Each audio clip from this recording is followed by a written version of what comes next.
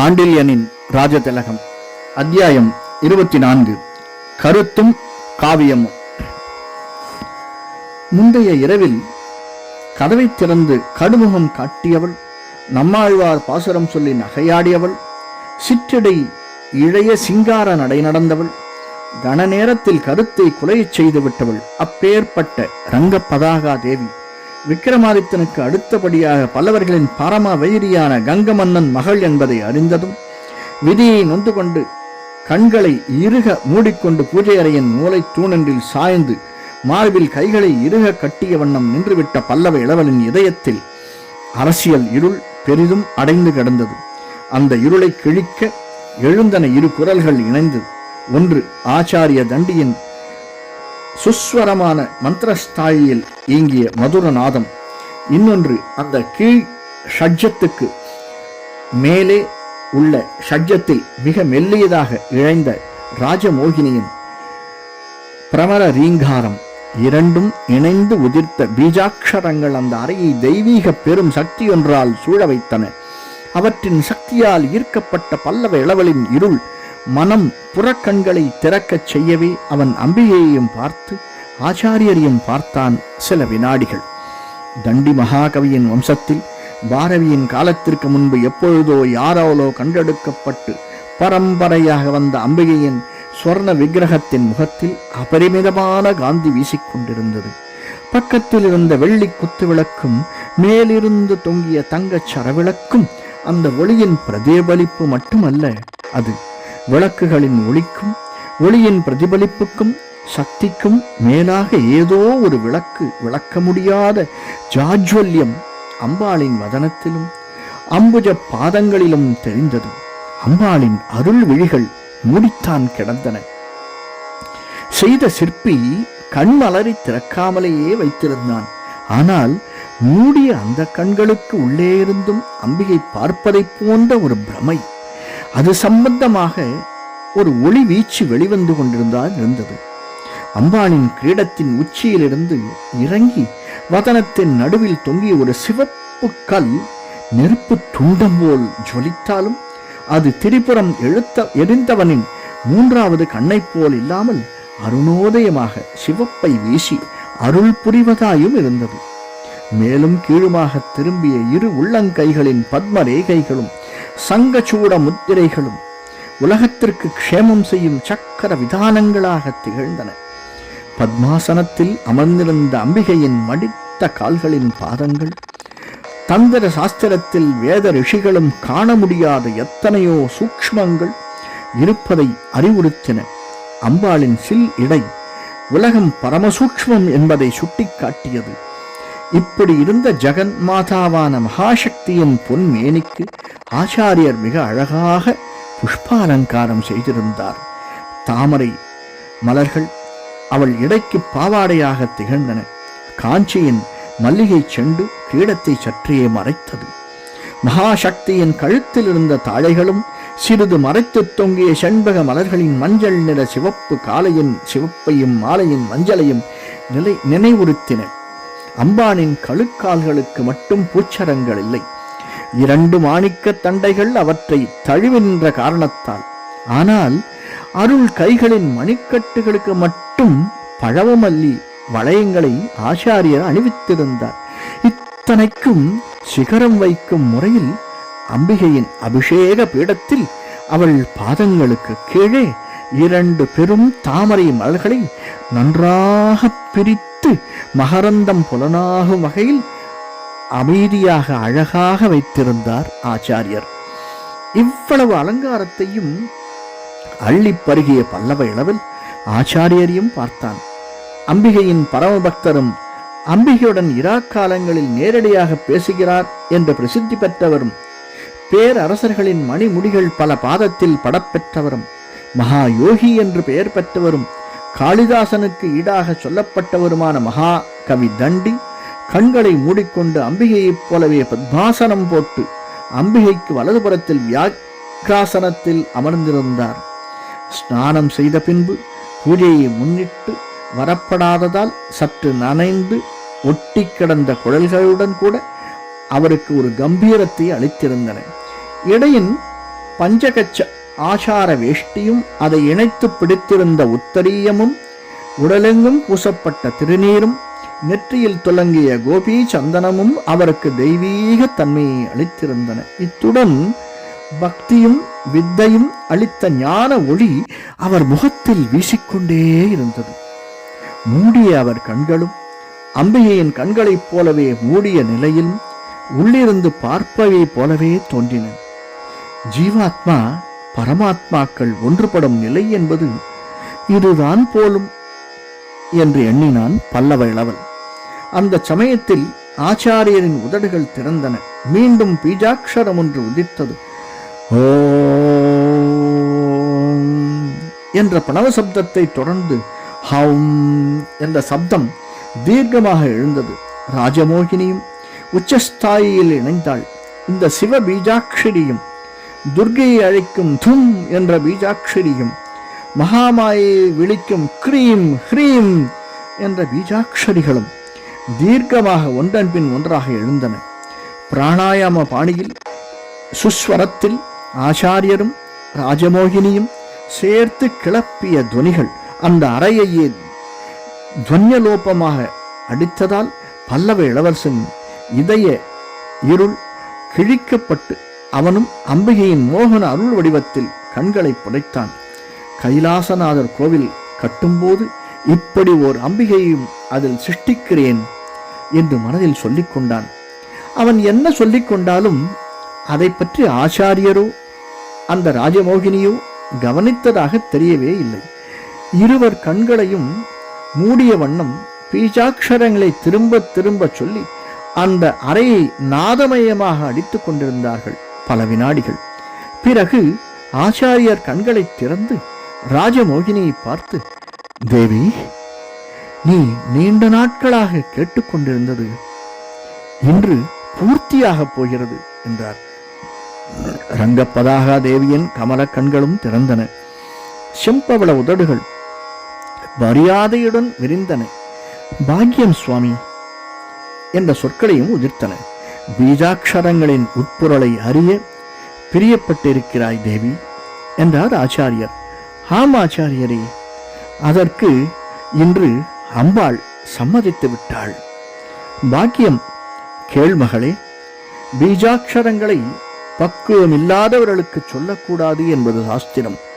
இப்பொழுது ஒரு மண்டல பூஜை பூர்த்தியாகிவிட்டது. உனக்கு இதுவரையில் சொல்லியிருப்பது பிரணவத்தை தவிர 4 பீஜாட்சரங்கள். ஆம் சுவாமி, இதுவரையில் அவற்றுக்கு உனக்கு விளக்கம் சொல்லவில்லை. இல்லை. இதற்கு பின்பு சிறிது மௌனம் சாதித்த ஆச்சாரிய தண்டி எதிரே இருந்த கட்டிலிருந்து சாதித்த பில்வங்களையும் புஷ்பங்களையும் எடுத்து அம்பிகையின் பாதங்களில் போட்டார். பிறகு அம்பிகையை பார்த்து கொண்டே சொன்னார், தேவி, முதலில் ஹம் என்பது சிவ பீஜாட்சரி, ஹ என்பது சிவம், ஆவ் என்பது சதாசிவம். மேலே என்பதற்கு அடையாளமாக போடும் புள்ளி சூன்யத்தை குறிக்கும். அதாவது துக்கத்தை சூன்யமாக்கும் என்பது பொருள். இது சிவமந்திரம். இரண்டாவது தும் என்பது துர்கா மந்திரம். தா என்பது துர்கை. ஊ என்பது காப்பாற்று. இம் என்ற பிந்து பிரார்த்தனையை குறிக்கிறது. மூன்றாவதான கிரீம் என்ற பீஜாட்சரியில் க காளியையும், ரா பிரம்மாவையும், ய மகாமாயையும் குறிக்கும். இம் என்ற பிந்து தக்க சம்ஹாரத்தை சொல்லுகிறது. நான்காவதான ஹ்ரீம் என்பதில் ஹ என்பது சிவன், ரா பிரகிருதி, ஈ மகாமாயா, இம் என்ற பிந்து துக்க விநாசனத்தை குறிக்கும். இவைதான் பொருள். பீஜாட்சரிகள் ஒவ்வொன்றிலும் உலகக்ஷேமம் அடங்கி கிடக்கிறது.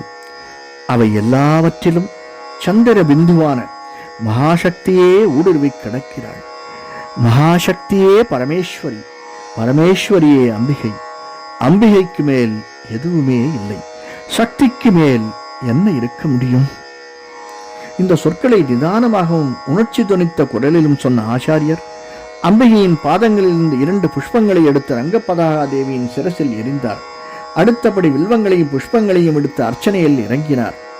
அம்பிகையை பற்றிய அஷ்டோத்திரம் முடிந்ததும் தீபாலங்கார சமயத்தில் சீடர்கள் மந்திரத்தால் அழைக்கப்பட்டவர்கள் போல் உள்ளே நுழைந்தார்கள்.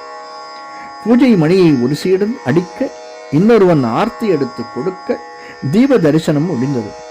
தீபத்தில் அம்பாளின் கண்கள் ஆச்சாரிய தண்டியை மிகுந்த அருளுடன் நோக்குவது போல் பளபளத்தன. அவன் மூடிய கமல கண்களில் அவளுடைய தீபத்தின் ஒளியாய் இருந்து ஆச்சாரிய மட்டுமே தெரிந்த அந்த அருள் ஒளியா அல்லது விவரிக்க இயலாததா இருந்தது.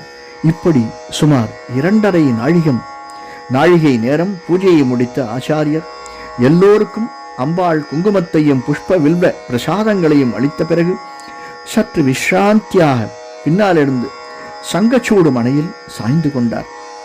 சரி, படிமகளே என்று ராஜமோகினிக்கு கட்டளையும் இட்டார். அவள் சிக்கு பலகையில் இருந்த சுவடிகளை படித்துக் கொண்டிருந்த போது, ராஜசிம்மா, நீயும் உட்கார் என்று பல்லவேளவலுக்கு உத்தரவிட்டு மற்ற சீடர்களையும் உட்கார கையால் சமிக்ஞை செய்யவை எல்லோரும் பயபக்தியுடன் கை கட்டி உட்கார ரங்க பதாகா தேவி படிக்கத் தொடங்கினாள். அவள் படிக்கத் தொடங்கும் முன்பாக ராஜசிம்மனை பார்த்து சொன்னார், ராஜசிம்மா, இப்பொழுது தேவி முன்பு காவ்யாதர்ஷம் படிக்கிறோம் என்று. அதுவரையில் பிரமையில் ஆழ்ந்திருந்த ராஜசிம்மன் மெல்ல வாயை திறந்து, அப்படியா, அப்படி ஒரு காவியம் நீங்கள் புனைந்திருப்பதாக சொல்கிறார்கள் என்றான். அது அலங்கார சாஸ்திரம், காவியத்துக்கு ஆதாரமாக விளங்குவது. அதாவது காவியம் புனைய வழிகாட்டுவது, இலக்கணம் வகுப்பது என்று விளக்கினார் தண்டி மகாகவி. அத்துடன் சொன்னார், எல்லோரும் தலை வணங்குங்கள். முதல் ஸ்லோகம் சரஸ்வதி ஸ்தோத்திரம் என்று. எல்லோரும் தலை வணங்கிய நிலையில் ரங்கபதாகாதேவி படித்தாள். சதுர்முக முகாம்போஜ வனஹம்ச வதுர்மம் மானசே ரமதாம் நித்யம் சர்வசுக்லா சரஸ்வதி. இந்த வடமொழி ஸ்லோகத்தை மிக மதுரமாக படித்தாள் ராஜமோகினி. நான்முகனான பிரம்மாவின் முகத்தாமரையிலே விளையாடும் சரஸ்வதியாகிற அன்னப்பறவை என் மனமாகிற தாமரை தடாகத்திலும் சஞ்சரிக்கட்டும் என்று பொருள் சொன்னார் ஆச்சாரியர் அந்த ஸ்லோகத்துக்கு. பிறகு, மகளே, இன்றைக்கு எந்த ஸ்லோகம் படிக்க வேண்டும் நீ என்று வினவினார். ரங்கபதாகா தேவி பதில் சொல்லவில்லை. தலையை கவிழ்ந்த வண்ணம் எதிரே இருந்த சுவடியை நோக்கினாள். வெட்கத்தாள் அவள் முகமலர் அம்பாளின் திருவடியிலிருந்து மலர்ந்த தாமரை என சிவந்தது. முதல் பரிச்சேதத்தில் 87வது ஸ்லோகம். இதை கேட்ட ஆச்சாரிய தண்டி ரங்கபதா தேவி அருள் கண்களால் பார்த்தார். தேவி, அந்த ஸ்லோகத்தை படி என்று கண்டிப்பான குரலில் கூறினார். ஆண் பிள்ளைகள் முன்பு எப்படி படிப்பேன் சுவாமி என்று கேட்டாள் ரங்கபதாகா தேவி கண்களை சுவடியை விட்டு எடுக்காமலேயே. இங்கு ஏது ஆண் பிள்ளை என்று வினவினார். ஆச்சாரியர், இளவரசர், சிஷ்யர்கள். இந்த அறைக்கு வெளியில்தான் அவர்கள் ஆண் பிள்ளைகள். மகாசக்திக்கு முன்பு எல்லோரும் பெண்கள்தான். இங்கு நாணத்துக்கோ மற்ற மனித உணர்ச்சிகளுக்கோ இடமே இல்லை.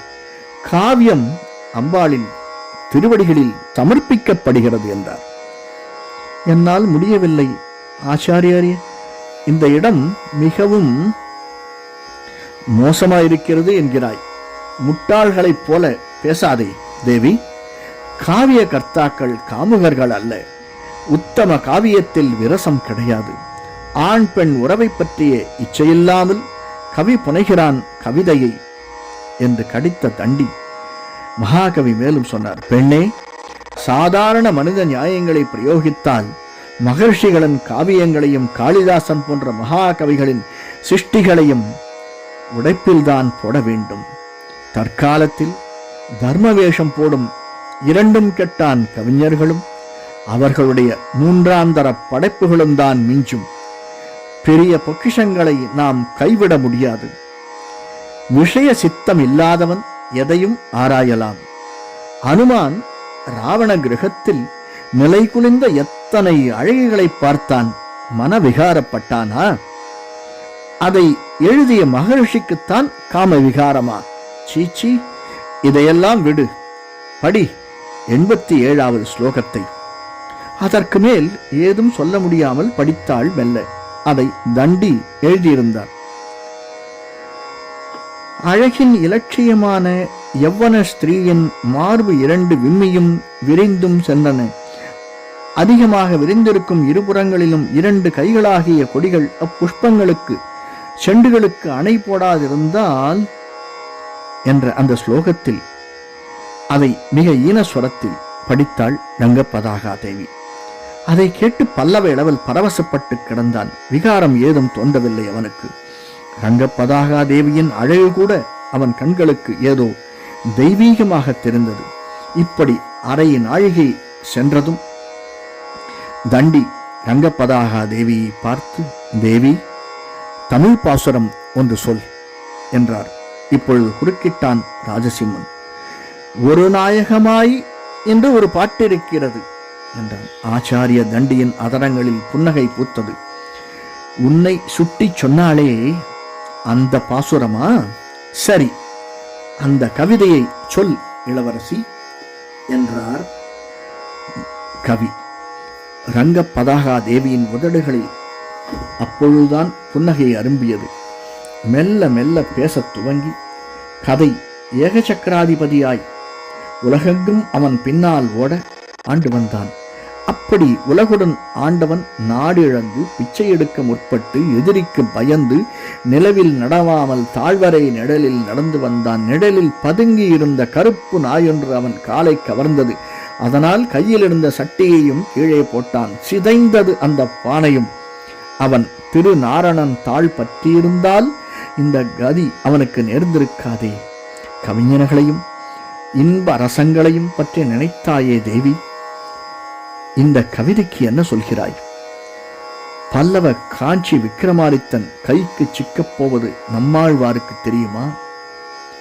அல்லது பல்லவ இளவல் தாழ்வரை இருளில் மறைந்து வருவான் என்பது தெரியுமா? கவிகள் காலத்திற்கு அப்பாற்பட்டவர்கள்.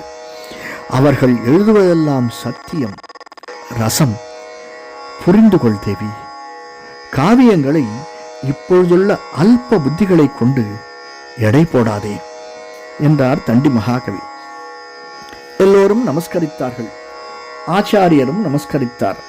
அவருக்கு பக்கத்தில் அறைக்குள் புதிதாக வந்து வாயிற்படியில் நீண்ட நேரம் பயபக்தியுடன் நின்றிருந்த இன்னொருவரும் நெடுஞ்சான் கடையாக விழுந்து நமஸ்கரித்தார். ஆச்சாரியர் அவரை பார்த்த பார்வையிலிருந்து அவர் வரவு ஆச்சாரியருக்கு அவ்வளவாக திருப்தி அளித்ததாக தெரியவில்லை. அவரை ஆச்சாரியர் ராஜசிம்மனுக்கு வறண்ட குரலில் அறிமுகப்படுத்தினார். ராஜசிம்மா, இவர்தான் ஸ்ரீ ராமபுண்ணிய வல்லபர். ராஜசிம்மன் முகத்தில் கேள்விக்குறி எழுந்தது. அதை கவனித்த தண்டி, நீங்கள் சாம்ராஜ்யம் இழந்ததற்கும் காரண புருஷர் இவர்தான் என்று கூறினார். நன்றி. இந்த காணொலி பிடிச்சிருந்ததுன்னா லைக் பண்ணுங்கள், சப்ஸ்கிரைப் பண்ணலாம் சப்ஸ்கிரைப் பண்ணுங்கள், ஷேர் பண்ணுங்கள். வணக்கம்.